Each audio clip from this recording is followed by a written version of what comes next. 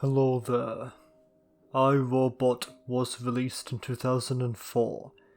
It was directed by Alex Proyas with the screenplay written by Jeff Vintar and Akiva Goldsman.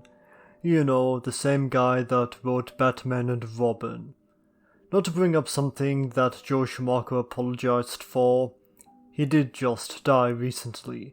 I'm just saying that you may be put off from this being a script by Akiva Goldsman. It is based on a novel of the same name by uber-influential science fiction writer Isaac Asimov, and though I have not read any of his work, I understand that this film bears little resemblance to Asimov's writings. Our story is set in Chicago in the year 2035.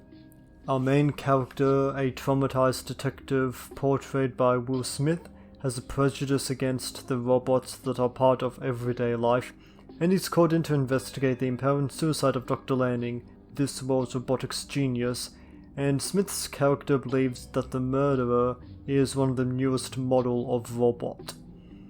Smith's character is the only one taking the possibility of a robotic murderer seriously, but nearly everyone else in the world just sees him as crazy. So we have 15 years to have our cities look like this.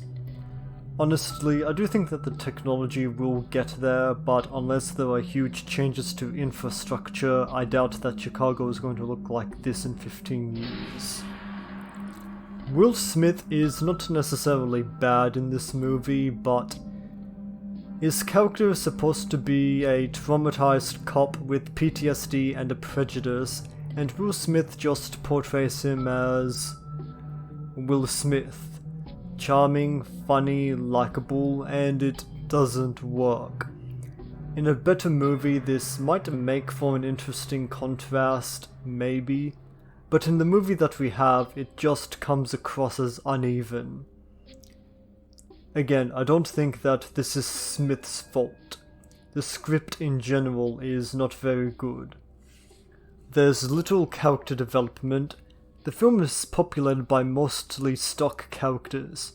Bridget Moynahan's character is a humorless scientist with even less personality than the robots.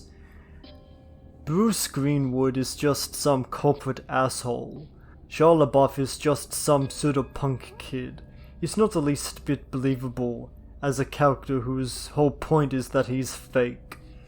To be fair, there is a genuinely well-written character in this movie. The robot and prime suspect of the murder case, Sonny, portrayed by Alan Tudyk. Ironically, this computer-generated robot feels more human than every other human character. He learns, he talks about his feelings, he talks about his dreams, and Tudyk does a good job in the role. The film is basically half detective story and half action movie. You'd think that Smith's character would figure things out through gathering clues and questioning witnesses. No. The plot is moved forward by some character saying the right thing that makes him see the case from a different angle. The "I didn't think of it that way" kind of contrivance. Everywhere Smith goes, he just needs to push a button and all of the information that he needs is right there. There is actually a clever part of this movie. Will Smith survived a car accident, which is part of why he hates robots. Spoilers, by the way. But he also lost his left arm in said accident. Maybe, the movie kind of leaves it unclear how he lost his arm. And Smith has a robotic replacement arm. Throughout the movie, we see him eating really big pies and adding several teaspoons of sugar into his coffee. Because it would take a lot of calories to power that arm, so congratulations movie, you actually did something clever. I, Robot was nominated for Best Visual Effects at the 77th Academy Awards. And 16 years after it was released, these effects do hold up pretty well.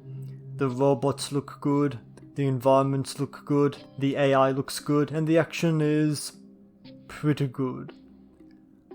AI is not the deep philosophical story that it thinks it is, and the writing is pretty meh. But it's good visually, and the action is good enough. If that's all you're looking for, maybe you'll be satisfied.